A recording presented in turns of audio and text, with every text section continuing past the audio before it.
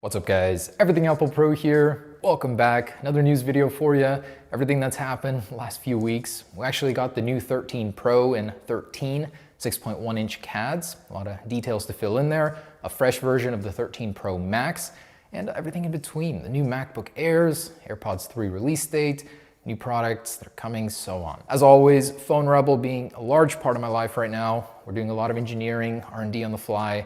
Our next release, Flex Series. I'm actually very excited for this one, and we might make it happen sooner than we thought. This one is going to be funded by our newly discounted Gen 1 Crystal and Frosted, which are now $14.99 and $19.99 for the Rebel series to help pay for the molds, because this stuff is expensive. Gen 2 Rebel is available in all sizes in stock right now. I think we got about 500 units, so thank you for supporting, guys, and helping us build something big. So recently, from a couple different sources, there have been fresh CAD leaks of the iPhone 13, 13 Pro, 13 Pro Max. One in particular by Lou from Unbox Therapy, gave a good overview. This is a dummy unit built from the CAD we actually received, and I wanted to go through that with you guys. This dummy model, by the way, really intricate, really detailed, $3,000.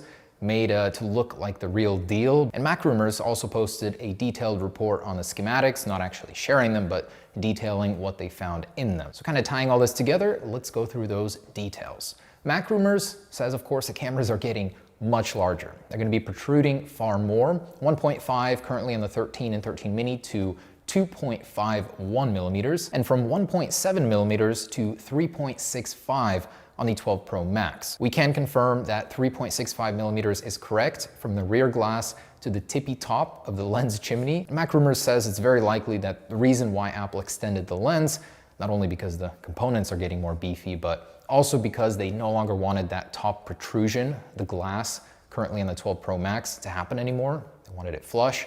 So it's definitely more formidable when you compare it to past iPhone camera lenses. Yeah, it's huge. They also do confirm that it's more of a square on all the models, so about 36 by 37 millimeters on the 13 Pro Max, which we can confirm. And a little detail I thought I'd throw in, so the 13 Pro lens is going to be ever so slightly smaller by about half a millimeter versus the 13 Pro Max. I'm surprised how similar they got them. The LiDAR sensor is about 0.2 millimeters smaller, so all in all, they try to get it as close as possible. A new detail that Mac Rumors claims is that the body thickness will be 0.17 millimeters thicker on all the 13 lineup. Now with our CADs, we have to disagree and say that it'll be 0.26, as Makatakari detailed earlier, making the overall thickness 7.65 millimeters. So this combined with the larger lenses means no, your old cases likely will not fit. And of course, Apple needed to put in a bunch more tech, battery life, better thermal cooling to make the 120 hertz displays possible. So it's not like they're doing this just because they want you to buy a new case. It's actually needed for the tech inside. Latest confirmation by Ross Young says, yes, we are getting 120 hertz on both Pro models. Apparently previously it was up in the air whether or not we would see it on the 13 Pro, but he says that yes, Apple was able to make that happen, likely in part to a lot of the miniaturization we're seeing inside. The latest one that we learned about is the Face ID sensor. DigiTimes reports that thanks to a reduction of 40 to 50% in the VC cell sensor of the Face ID system, Apple was able to achieve that smaller notch. And by the way, got my hands on the 13 Pro Max screen protector, was able to apply it to my 12 Pro Max to give you a little comparison here. And it's not a substantial difference, but definitely some girth removed from that notch. Looks more pleasant overall, a little bit more screen estate. I think definitely will appreciate that. Notchless though, still waiting for it. Now Mac Rumors doesn't clarify whether or not we'll be seeing a standard orientation of the camera lenses on the 13 and 13 mini or that new diagonal orientation, which we've seen in the CAD files. They shared the standard orientation on the 13, just bigger and protruding more. And again, all of the lenses are now nestled in the corner, so slightly relocated, more out of the way. Apple's trying to make these a little bit more cuter, square-like, rounded. Also thought it was interesting that Apple made the mic larger on the 13 Pro and 13 Pro Max, at least from what we're seeing in these CADs and Lou's a dummy. So now 2.4 millimeters across, larger than 1.15 before. This actually ties into something that Max reported on earlier, the fact that the audio will be getting better microphone thanks to beamforming technology. And speaking of microphone speaker quality, there's a new patent in which Apple details a new material that they can apply to the back end of a speaker to get more and cleaner output from future speakers on iPhones. And Mac Rumors speculates that the reason we're seeing the lowered power button, lowered volume buttons, and mute switch is because of those larger cameras. Apple needed a little bit more room inside to play with, so they had to lower and adjust those. And as a prototype which showed up on Twitter of an iPhone X with alternate power button sizing, placement, and a rounded camera lens, even a jet black color, we can see that Apple is often playing with many different variations of buttons and just overall looks and finding the one which fits best. We usually don't get to see this, so when we do, it's quite special. One thing that I would like to see come back, just like on the new iMacs, if Apple were to do white bezels on their upcoming iPhones, on the 13 lineup. We haven't seen a white bezel iPhone, I think, since the iPhone 7 and 7 Plus era. And it's been confirmed that Samsung will be producing exclusively the 120 Hz panels for the upcoming 13 Pro and 13 Pro Max. And real quick, thought it was funny, we got a new visitor. This dove has been following me around. Instead of the peacock, we got this guy now.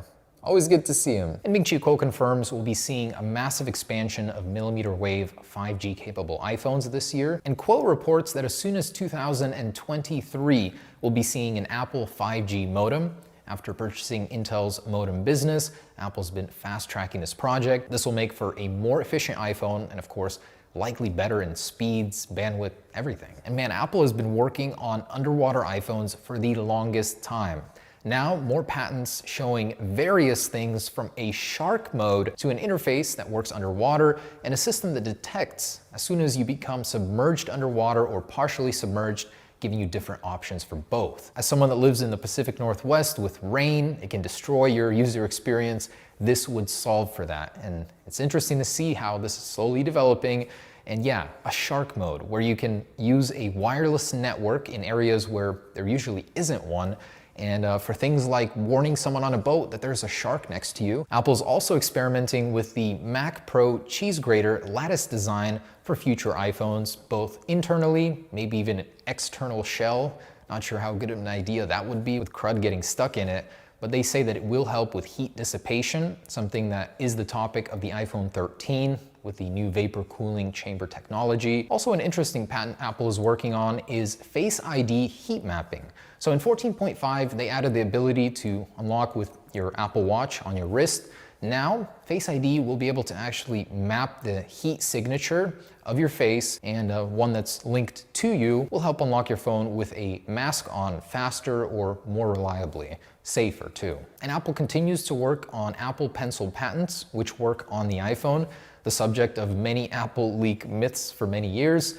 Apple is working on it. Will they ever release it like any of these patents? We don't know, but it always starts with a patent, and as technology evolves, whenever they feel that it's time, they can call that into existence. And Ming-Chi Kuo delivers an update on the mythical flexible iPhone. This time it's an 8-inch device with a release date in 2023. This will be a QHD Plus flexible OLED display with a nanowire touchscreen interface. And from John Prosser, we got our first look at the new MacBook Air lineup, which also follows the new iMac color scheme somewhat.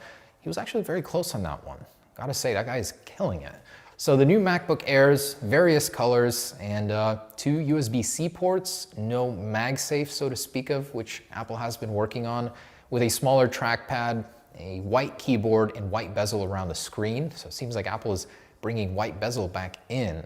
I think that's really cool. He's most confident in the green and blue colors, but we're likely to see a very similar color lineup to the new iMacs.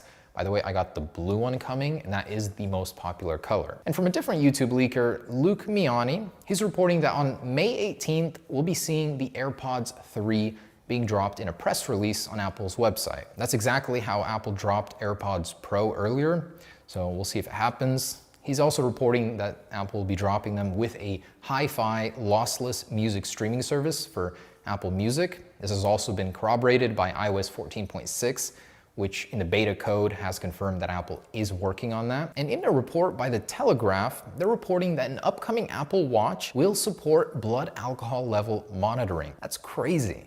Not only that, but also blood glucose and blood pressure. So Apple is really looking to make the Apple Watch an essential part of your health in the future. They also claim that blood glucose is not likely to happen this year on the Series 7, We're likely to see it next year on the Series 8. And Quo reports on the iPad mini. So the 6th generation, likely to see in the second half of this year. It's just going to be a small bezel cut, mostly just updated internals, same chassis. He reports that Apple is working on a mini LED version of the iPad mini, which will be a complete redesign, hopefully more in line styling-wise with the current iPad lineup. In a fascinating jailbreak performed on an AirTag by Stack Smashing, I think you can call it a jailbreak, he was able to physically dump the firmware and get a custom URL to be read by the NFC. Just thought the process itself looked super cyberpunk. Interesting future we have. And yeah, guys, that's the latest Apple news. Stay tuned for the next one. Enjoy your weekend. God bless. Peace.